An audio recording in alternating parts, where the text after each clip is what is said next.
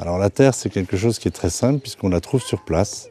On peut en fait construire en terre pratiquement partout dans toute la France. On a un matériau qui est prêt, alors avec plein de techniques qui sont différentes. On peut faire des planchers, on peut faire des murs, on peut faire des enduits, on peut faire de la couverture. Disons que les techniques évoluent en fonction de la main-d'œuvre. On essaye de mécaniser de plus en plus, notamment le pisé, pour aller, disons, pour avoir des coûts de main-d'œuvre moins importants. Alors les nouvelles techniques actuellement par rapport au pisé, c'est on va transformer le pisé, on va le mettre beaucoup plus d'eau et on va le couler comme un béton. Ça, c'est une technique qu'on est en train d'étudier énormément. Il y a aussi ce qu'on appelle le pisé projeté, c'est-à-dire qu'on va le projeter comme du béton projeté avec des lances.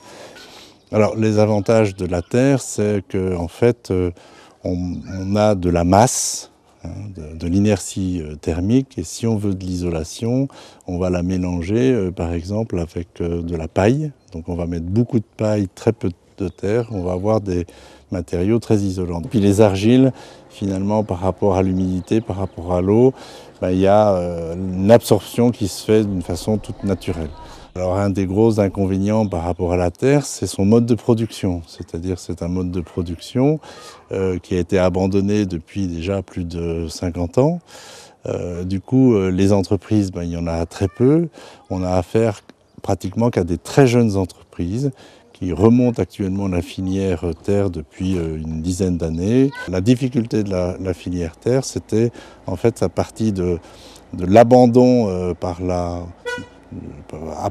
peu après la guerre et la reprise, disons, de la formation qui est très récente. Alors le plus écologique dans la terre, c'est vraiment de prendre la terre qui est sur place, de prendre la terre qui vient pratiquement des fondations, de la retransformer, de l'amender avec des graviers et des sables et puis de reconstruire sa maison. Là, vous n'avez pas de transport, vous n'avez pas de stabilisation, vous n'avez rien. Le fait de pouvoir utiliser cette terre sur place et de la transformer en matériaux de construction, c'est un peu, c'est en même temps une utopie et en même temps un idéal qui est intéressant, quoi. Voilà, mais ça revient actuellement, on est un petit peu dépassé par le nombre de demandes par rapport à ce matériau-là, sachant que c'est vraiment, disons, un des matériaux les plus écologiques.